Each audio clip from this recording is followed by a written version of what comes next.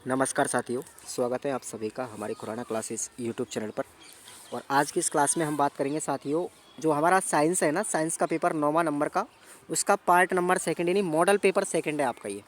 तो ये हमारे 60 नंबर का होता है, जिसमें से आपको 24 नंबर लाने अनिवार्य होते हैं, यानी 40% आपको नंबर चाहिए। तो सेकेंड ईयर का साइंस का पेपर है, जो विद्यार्थी साइंस के हैं उनको 3 घंटे का ये पेपर लगेगा।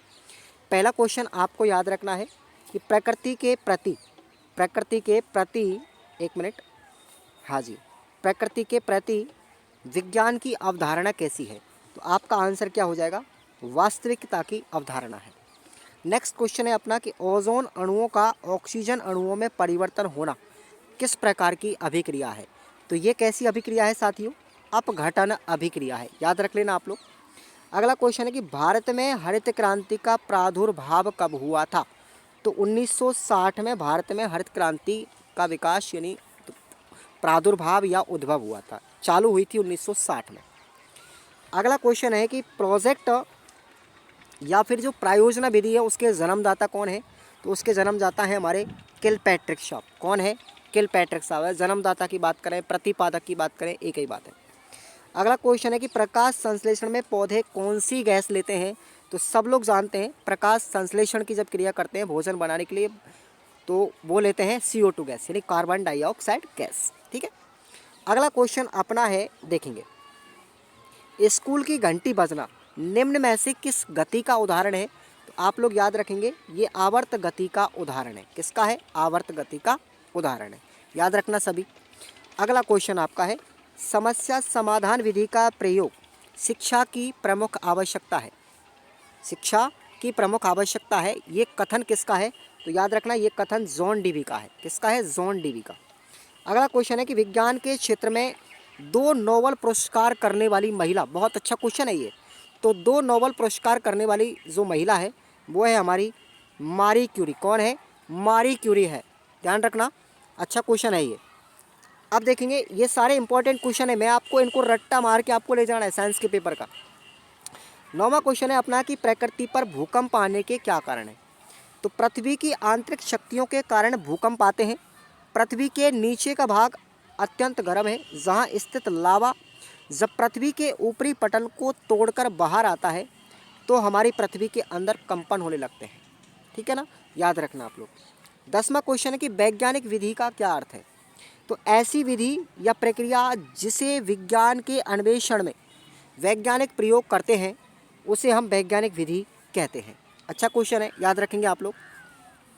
अगले क्वेश्चन पर हम आते हैं। 11 क्वेश्चन है हमारा कि सन 2009 में किस वैज्ञानिक की याद में अंतर्राष्ट्रीय खगोलीय वर्ष मनाया गया था।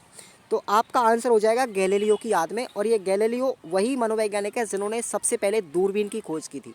दूरबीन के आविष्कारकर्ता कौन है, गैलीलियो साहब है, जिसकी याद में सन 2009 में अंतर्राष्ट्रीय खगोलीय वर्ष मनाया गया था। अगला क्वेश्चन है पराविद्या व अपराविद्या क्या है। तो सबसे पहले आपको पराविद्या की परिभाषा याद रखनी है। धार्मिक साहित्य का अध्ययन करना ही पराविद्या कहलाती है।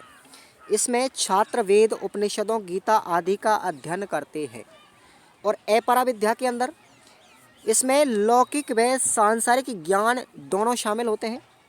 शिक्षा कार्य गुरुओं के आश्रम में ही होता था। तो ये हमारी अपराविद्या हो गई। नेक्स्ट हमारा क्वेश्चन है 13वें नंबर का है कि धातुओं के सामान्य गुण क्या है। साइंस का पेपर है तो धातुओं के गुण क्या हैं। तो धातुओं में क्या होता है भैया, ताप व विद्युत के चालक होते हैं धातु। ठीक है ना, इसमें धात्विक चमक भी होती है और धातु आघात वर्धीनता का गुण भी इनमें पाया जाता है, यानी कि पीटने पर ये क्या हो जाते हैं, चौड़े हो जाते हैं, प्रत्यास्थता के गुण की तरह। तो ये आघात वर्धीनता का गुण पाया जाता है। तो देखो कुछ एग्जाम्पल, ऐसी कोई बात नहीं है कि धातुओं के ये सामान्य गुण की बात की गई है। यहाँ पर धातुओं में चालकता होती है, लेकिन कुछ अपवाद भी हमारे साइंस के अंदर पाए जाते हैं, लेकिन आपको यहाँ पर इतना बताने की आवश्यकता नहीं है। अगला क्वेश्चन है कि विश्लेषण विधि के गुण और दोष।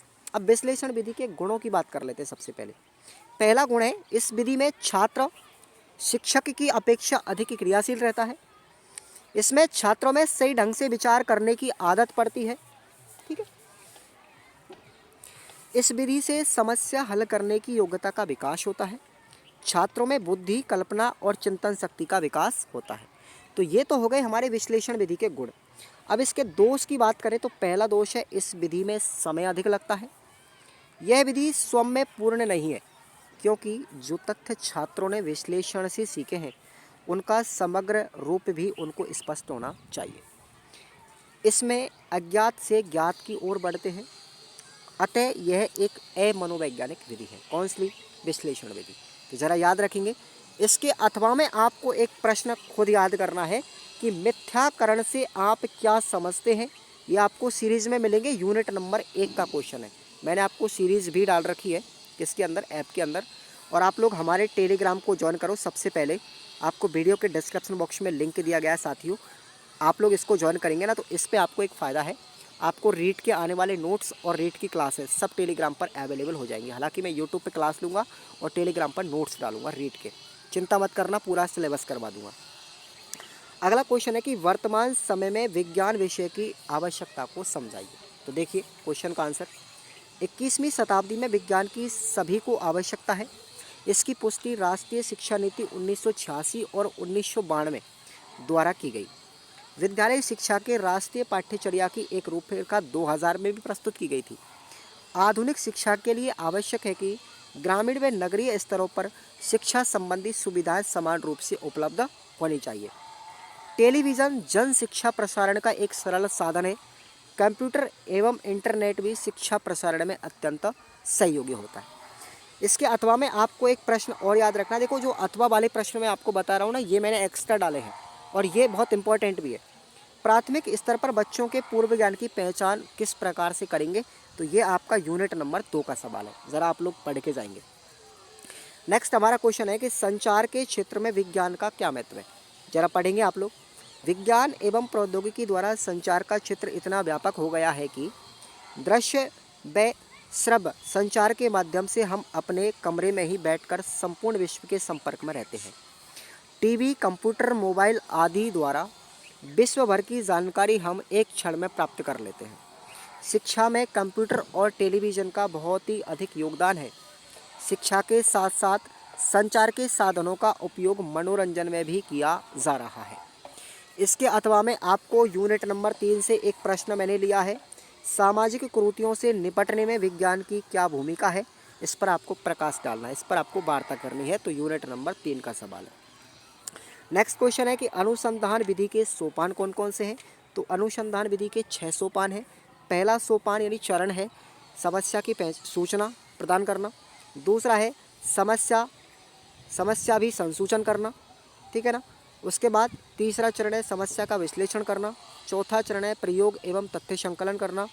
पाँचवा चरण है संभावित संसाधनों की बात करना। और छठवां जो हमारा चरण है वो है समाधान का सत्यापन करना। अथवा में आपको प्रश्न याद रखना है, पाठ्यचर्या की प्रमुख विशेषताओं का संक्षेप में वर्णन कीजिए। यूनिट नंबर 4 है, अच्छा है, इंपॉर्टेंट है। अगले क्वेश्चन पर आते हैं। दिष्ट धारा एवं प्रत्यावर्ती धारा में क्या अंतर है, दोनों में अंतर समझना। आप लोग सब पढ़ के आए हो, आप लोग 12th क्लास के अंदर 10th में ही पढ़ा है। दिष्ट धारा पहले बात करेंगे। सेल से प्राप्त होने वाली विद्युत धारा एक ही दिशा में बहती है। जैसे किसी सेल से एक बल्ब को प्रकाशित किया जाए तो उसमें विद्युत धारा की दिशा सदैव धनाग्र से किधर होती है, ऋणाग्र की ओर, धनात्मक से ऋणात्मक की ओर होती है। इस प्रकार जब विद्युत धारा की दिशा समय के साथ अपरिवर्तित हो, यानी समय के साथ बदले नहीं, सिर्फ एक ही दिशा में बहे, ठीक है ना, तो उसे हम दिष्ट धारा कहते हैं, ठीक है ना। जो हमारे घरों में लाइट आती है ना साथियों, वो दिष्ट धारा का उदाहरण है। बात करें प्रत्यावर्ती धारा, तो यदि हम अपने घरों में प्रयुक्त जो विद्युत धारा का अध्ययन करें तो देखेंगे कि दिशा के समय के साथ बदलती रहती है। हाँ, ये घरों में प्रयुक्त की जाती है प्रत्यावर्ती धारा, ठीक है ना। प्रत्यावर्ती धारा, इसका अभिप्राय यह हुआ कि विद्युत के स्विच का एक सिरा किसी ऋणाग्र सिरे से और दूसरा धनात्मक सिरे से जुड़ा होता है। यह क्रम लगातार चलता रहता है, इसलिए जब विद्युत धारा की दिशा समय के साथ साथ बदलती रहती है तो वो हमारी दिष्ट धारा कहलाती है। तो हमारे घरों में कौन सी लाइट आती है साथियों, दिष्ट धारा आती है। और हमारा जो जनरेटर होता है ना, जनरेटर आप लोगों ने सुना होगा, जनरेटर, ठीक है ना, जो संधि डायोड होते हैं उनके अंदर कैसी धारा होती है, दिष्ट धारा होती है। ध्यान रखेंगे आप लोग एग्जाम्पल के लिए। अगला हमारा क्वेश्चन है कि सरल एवं संयुक्त पत्ती में अंतर क्या है। सरल एवं संयुक्त पत्ती जो होती है पेड़ों की, उनमें क्या अंतर है, ठीक है ना। तो ये क्वेश्चन आपकी यूनिट नंबर 5 का है, पढ़ लेंगे आप लोग। नेक्स्ट हमारा 19वां क्वेश्चन है कि निदानात्मक परीक्षण के उद्देश्य क्या हैं। तो देखेंगे आप लोग, पहला उद्देश्य है निदानात्मक परीक्षण का ध्येय परीक्षित किए जाने वाले एक या एक से अधिक क्षेत्र में किसी भी व्यक्ति की योग्यता एवं कमजोरी की जांच करना होता है। ठीक है ना। विद्यालय विषयों में छात्रों की कठिनाइयों को ढूंढना जिससे आवश्यक उपचारात्मक शिक्षण प्रदान किया जा सके। वैज्ञानिक, देखेंगे आप लोग, वैज्ञानिक परीक्षण में प्राप्त अंकों के आधार पर अध्ययन अध्यापन प्रक्रिया में गुणात्मक परिवर्तन लाया जा सकता है। नेक्स्ट इसका उद्देश्य है कि किसी भी भाषा के भाषिक तत्वों के अर्जन में सामाजिक अध्यापन प्रक्रिया में अध्यापकात्मक एवं पद्धति सुधार हेतु सुझाव देना जरूरी है। भाषा एवं अन्य विषयों में जातिगत विशिष्टताओं एवं कमजोरियों को आंकना और उसके आधार पर छात्रों की भाषा अध्यापन पुस्तकों एवं पाठ्यक्रम सुधार में योगदान देना, उन्हें छात्र उपयोगी बनाना, इसी प्रकार मूल्यांकन प्रक्रिया में परिवर्तन करना भी इसका उद्देश्य है। हमारा एक अथवा में प्रश्न आपको याद रखना है कि एक अच्छे परीक्षण में किन किन गुणों का होना जरूरी है। इम्पोर्टेंट क्वेश्चन है, यूनिट नंबर 6 में आपको मिलेगा। अगला क्वेश्चन देखेंगे आप लोग, परावर्तन एवं अपवर्तन क्या है। परावर्तन और अपवर्तन क्या है। अब आपको परावर्तन और अपवर्तन के नियम लिखिए, ये अच्छा क्वेश्चन है। तो प्रकाश का सबसे पहले हम परावर्तन पढ़ेंगे।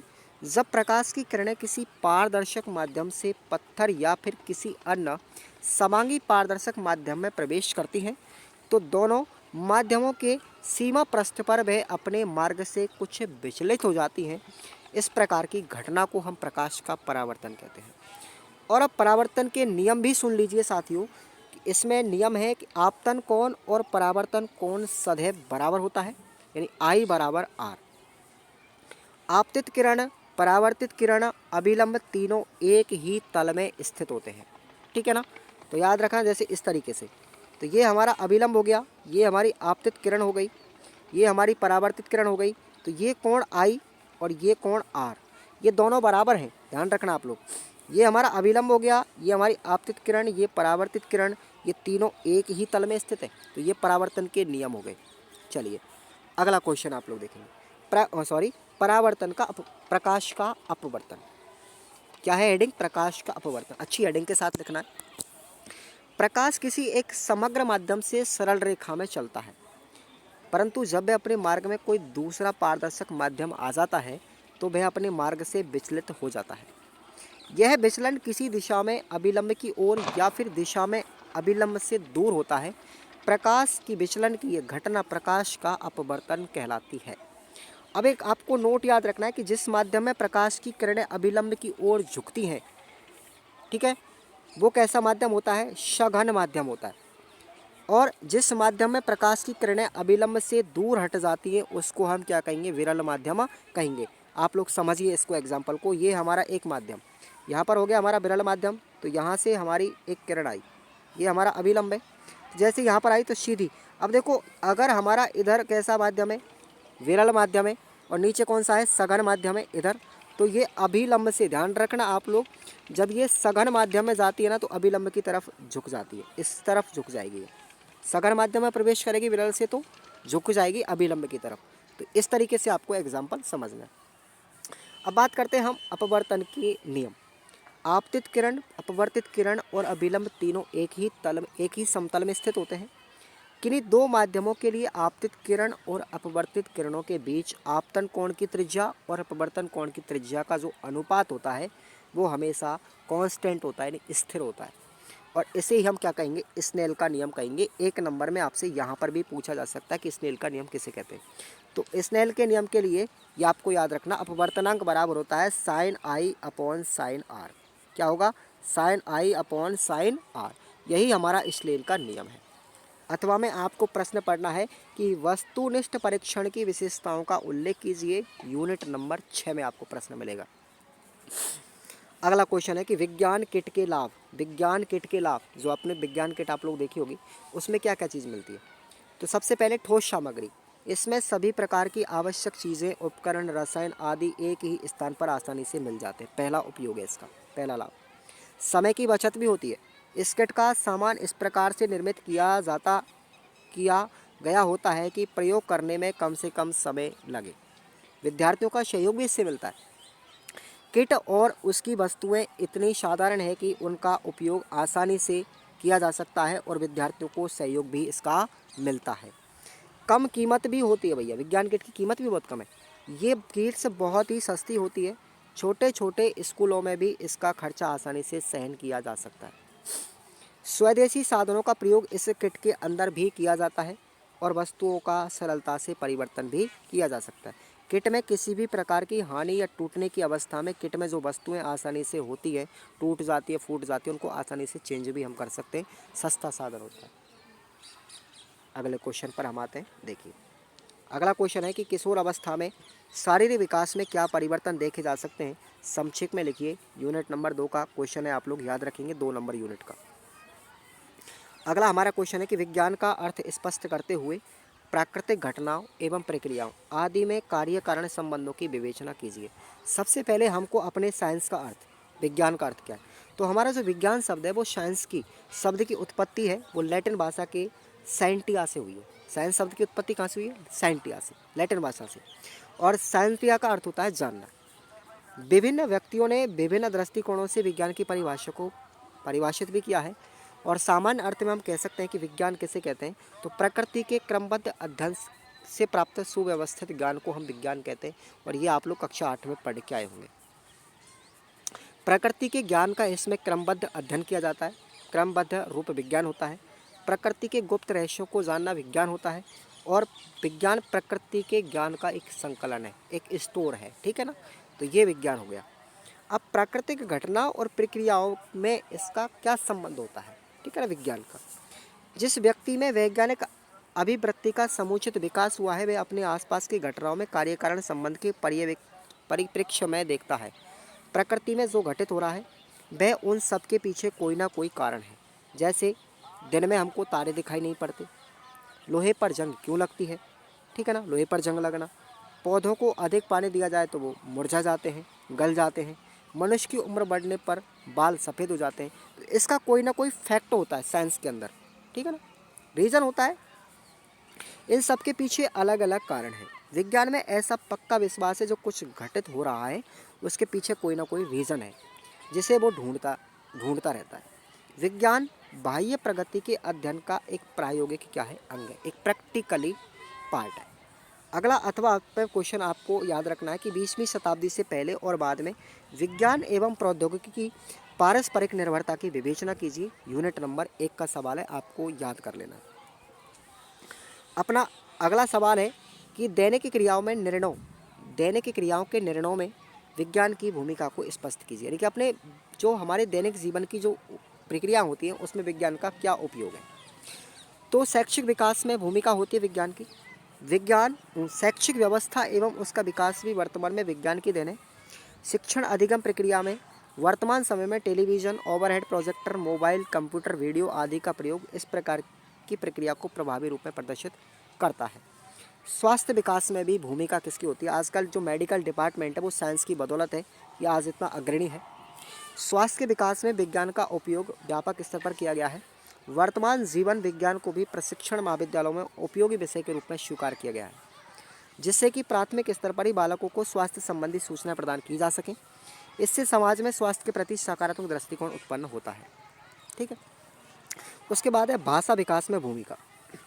आज का समाज विज्ञान के माध्यम से ही समाज में अनेक प्रकार की भाषाओं का प्रचलन हुआ है। समाज का प्रत्येक व्यक्ति अपनी राष्ट्रभाषा और स्थानीय भाषाओं से ही संतुष्ट नहीं होता, वरन वह अन्य देशों की भाषाओं को भी सीखना चाहता है। इसके लिए वह विदेशी कार्यक्रमों को बड़े रुचिपूर्ण ढंग से देखता है। अपना इसका नेक्स्ट है उपयोग विज्ञान का कि सभ्यता एवं संस्कृति का हस्तांतरण में साइंस की भूमिका होती है। प्रत्येक देश अपनी सभ्यता और संस्कृति का संरक्षण करना चाहता है और उसका हस्तांतरण भी अपनी एक पीढ़ी से दूसरी पीढ़ी को करना चाहता है। इस कार्य में भी विज्ञान की महत्वपूर्ण भूमिका होती है।